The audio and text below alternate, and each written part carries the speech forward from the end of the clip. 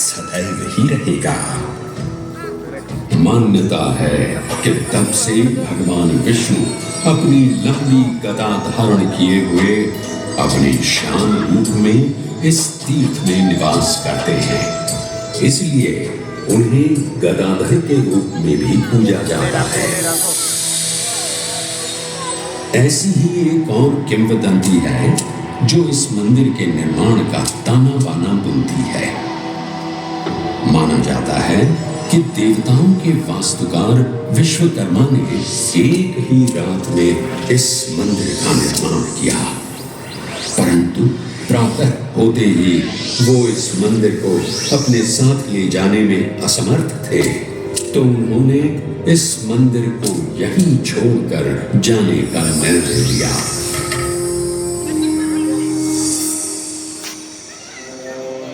किंवदंतियों से अगर प्रामाणिक इतिहास की ओर चले तो इस कहानी के पन्नों की शुरुआत मौर्य राजवंश से होती है। इसके आगे चले तो देवनी मोरी के पास पाए गए लेखों में कहा गया है कि ये क्षेत्र 4वीं शताब्दी के दौरान कथिक वंश के शासन के अधीन भी हो सकता है। देवनी मोरी के पास खुदाई के दौरान पाए गए प्रमाण इस ओर भी संकेत करते हैं कि यहाँ भगवान शिव की आराधना के साथ साथ बौद्ध धर्म के अनुयायियों का भी वास था।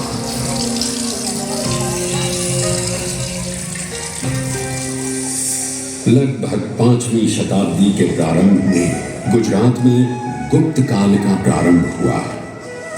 ऐसा कहा जाता है कि ये वही समय था जब भगवान शिव के साथ भगवान विष्णु की पूजा की शुरुआत हुई। 800 ईस्वी में जगत गुरु शंकराचार्य, रामानुजाचार्य एवं निम्बकाचार्य तथा अन्य आचार्यों ने वैष्णव अनुयायियों को बढ़ावा दिया। उसी के परिणाम स्वरूप तीर्थ स्थानों का नवीनीकरण हुआ, अनेक मंदिरों का निर्माण कराया गया, यज्ञ किए गए एवं श्यामला जी भी समृद्ध हुआ।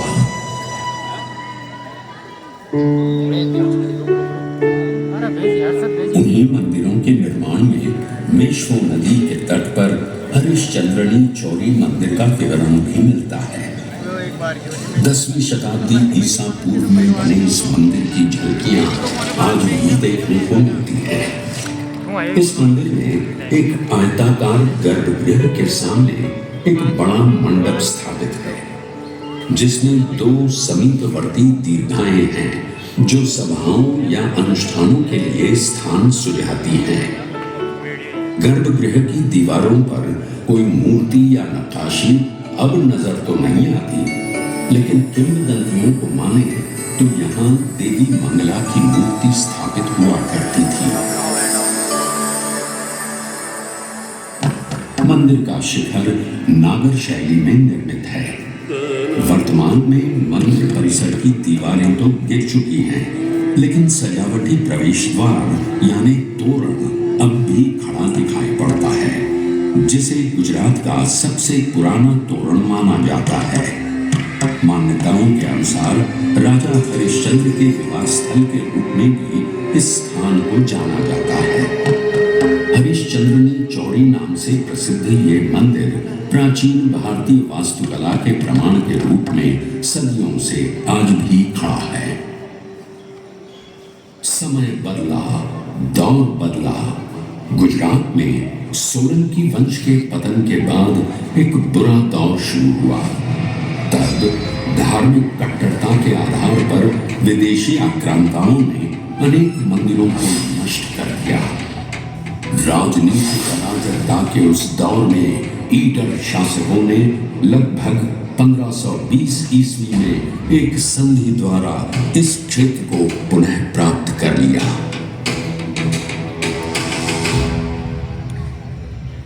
कुछ समय और बीता और लगभग 1565 ईस्वी में महाप्रभु वल्लभाचार्य जी ने भारतवर्ष में वैष्णववाद का प्रचार प्रसार किया और द्वारका, डाकोर, सिद्धपुर और श्यामला जी का दौरा किया एवं अनेक तीर्थ स्थानों का पुनरुद्धार करवाया।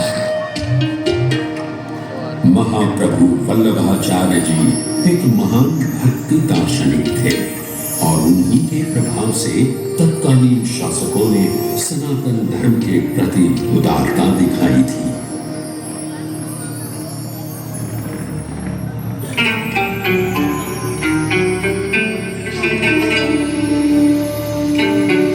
ऐसा माना जाता है कि उसी दौर में अनेक मंदिरों के साथ मेरे इस प्रांगण का भी जीर्णोद्धार कराया गया था। सफेद तलवार और ईंट से निर्मित सोलंकी वास्तुकला का ये 2 स्तर वाला श्यामला जी मंदिर 3 प्रवेश द्वार वाली दीवार से घिरा हुआ है। मंदिर को मुख्यतः 3 भागों में बांटा गया है, जिसमें सभा मंडप, अंतराल और गर्भगृह शामिल है। मंदिर सुंदर खंभों पर टिका हुआ है, जिसके ऊपर एक छतरी विराजमान है और साथ ही उसकी दोनों ओर अर्धमंडलाकार रचनाएं मौजूद हैं। मंदिर के आंतरिक स्तंभ नीचे से ऊपर तक 3 भागों में विभाजित हैं, वर्गाकार, अष्टकोणीय एवं गोलाकार, जिनके ऊपर सुंदर फूलों की आकृतियां उकेरित हैं। सुंदर नक्काशी से भरा शिखर है जो निस्संदेह अपनी ओर सभी का ध्यान आकर्षित करता है। छत के सामने वाले हिस्से में सपाट छत से निकले हुए छोटे छोटे गुंबद हैं। इस मंदिर के ऊपर सफेद रेशमी ध्वजा जी फहराया जाता है, जिसके कारण इसे ध्रोणी ध्वजा वाला भी कहा जाता है। मंदिर में हाथी एक बहुत ही सामान्य प्रतीक है। इसकी बाहरी दीवारों पर अर्ध प्रचंड हाथियों की बड़ी आकृतियां प्रदर्शित हैं। मंदिर की इमारत के चारों ओर पत्थर में उकेरे गए हाथियों के सिर और अग्रभागों की एक झालर देखी जा सकती है। इसके अलावा मंदिर की बाहरी दीवारों पर देवी देवताओं की छवियां, भौगोलिक चित्र, विभिन्न प्रकार के फूल, जानवरों और परमाणुओं की आकृतियां देखने को मिलती हैं। देवराज इंद्र, वरुण, अग्नि, वायु, कुबेर, शिव एवं गणेश के साथ साथ मां इंद्राणी, चंद्रिका, सरस्वती आदि देवी देवताओं की नक्काशी के रूप में भी आकृतियां सुसज्जित हैं। इसके अलावा रामायण, महाभारत, श्रीमद् भगवद गीता और पुराणों के दृश्यों को बड़ी ही रचनात्मक शैली में चित्रित किया गया है। मंदिर के प्रवेश द्वार के सामने एक द्वार स्थापित है, जिसके दोनों ओर विशाल हाथी देखे जा सकते हैं। हाथी द्वार सीधे मुख्य मंदिर की सीढ़ियों की ओर है। ये प्रवेश कक्ष की ओर ले जाता है। मंदिर के प्रांगण में गरुड़ की एक बहुत ही सुंदर मूर्ति है। ये वही मूर्ति है जिसे आक्रमणकारियों ने नुकसान पहुंचाया था। मंदिर में 2 शिलालेख भी देखने को मिलते हैं। ऊपरी स्तर पर पत्थर पर 94 ईस्वी और 102 ईस्वी के शिलालेख अंकित हैं। तो वहीं मंदिर के प्रवेश द्वार पर एक और शिलालेख देखने को मिलता है, जिसमें 1762 ईस्वी में टिंटोई के ठाकुर द्वारा किए गए मरम्मत कार्य का विवरण मिलता है। इन 2 शिलालेखों से ये पता चलता है कि ये मंदिर मूल रूप से एक स्थानीय व्यापारी हलधर बलराम का था और भगवान कृष्ण या श्यामला जी की त्रिविक्रम छवि मूर्ति संभवतः बाद में स्थापित की गई थी। वास्तुकला और मूर्तियों में अपनी कलात्मक सुंदरता के लिए मेरा ये प्रांगण पुरातत्वविदों और कला प्रेमियों के लिए सदैव ही पसंदीदा स्थान रहा है। ये पसंदीदा स्थान या अन्य धर्मों के प्रति उदार नीति हर मुगल बादशाह अपनाए ये शायद संभव न हो सका। बादशाह औरंगजेब ने धार्मिक कट्टरता को बढ़ावा दिया और इसके परिणाम स्वरूप उसने अनेक मंदिरों को नष्ट कर दिया, जिसमें ये मंदिर भी उसकी क्रूरता का साक्षी बना।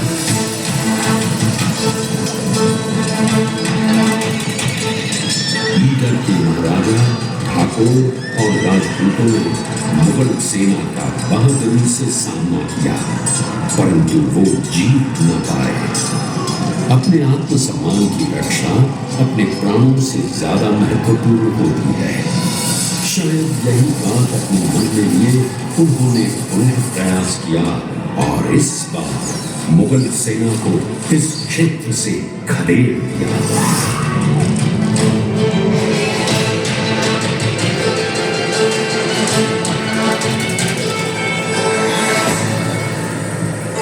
वर्तमान के खतरों को देखते हुए पुजारियों ने भगवान श्यामला जी की मूर्ति को करमबुल तालाब में छिपा दिया और यहाँ से पलायन कर गए। माना जाता है कि तब आदिवासी यहाँ खेती किया करते थे। कुछ समय बाद एक आदिवासी को खेती करते समय ये मूर्ति प्राप्त हुई और उसने इसे अपनी झोपड़ी में रख पूजा अर्चना करना शुरू कर दिया। ये भगवान का आशीर्वाद ही था कि सूखी बंजर पड़ी जमीन पर भी अच्छी फसल हुई। आदिवासियों के लिए ये उनके कालिया देव का आशीर्वाद था। मूर्ति का रंग काला होने की वजह से कालिया देव नाम आया। जब ये बात श्री शाहूकार हरसोला वणिक कल्याण जी शाह को पता चली तो उन्होंने एक मंदिर बनवाया एवं मूर्ति की प्राण प्रतिष्ठा भी करवाई।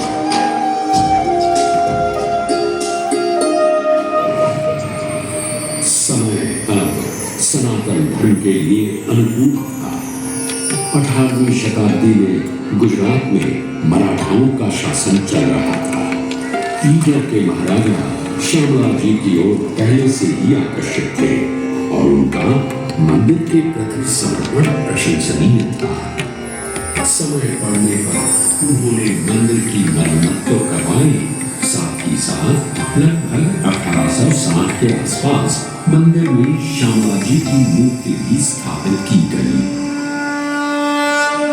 अब एक ऐसा दौर आया जिसने भारत का स्वर्णिम इतिहास ही बदल कर रख दिया।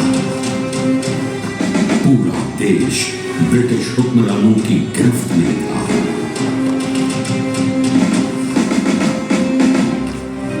परिस्थितियां अब प्रतिकूल थी।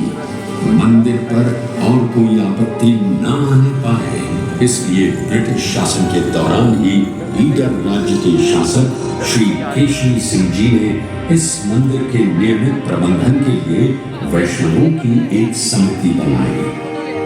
रख रखाव का अभाव श्यामला जी के आसपास के क्षेत्रों जैसे मोडासा, सरदोई और टिंटोई के भक्तों पर डाल उन्हें मंदिर प्रशासन के लिए नियुक्त कर लिया गया। समय सदा एक सा नहीं रहता, ये बात बिल्कुल सही है, क्योंकि अब अंग्रेजों का वक्त खत्म होने वाला था। सन 1947 में भारत आजाद हुआ और उसके लगभग 13 वर्षों बाद जन्म हुआ गुजरात राज्य का, जिसके अरवल्ली जिले में नए यानी ये मंदिर स्थापित है।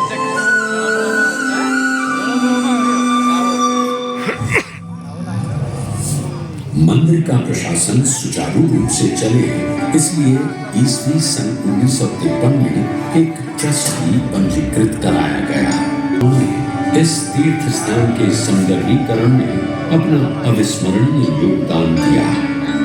उन्हीं में से श्री मफतलाल गगलभाई का नाम अग्रणी रूप से लिया जाता है। न केवल उन्होंने बल्कि उनके परिवार के सदस्यों ने भी मंदिर के प्रति अपनी आस्था रखी और श्यामला जी मंदिर का जीर्णोद्धार करवाया और इसे सुंदर मूर्तियों से सजाया।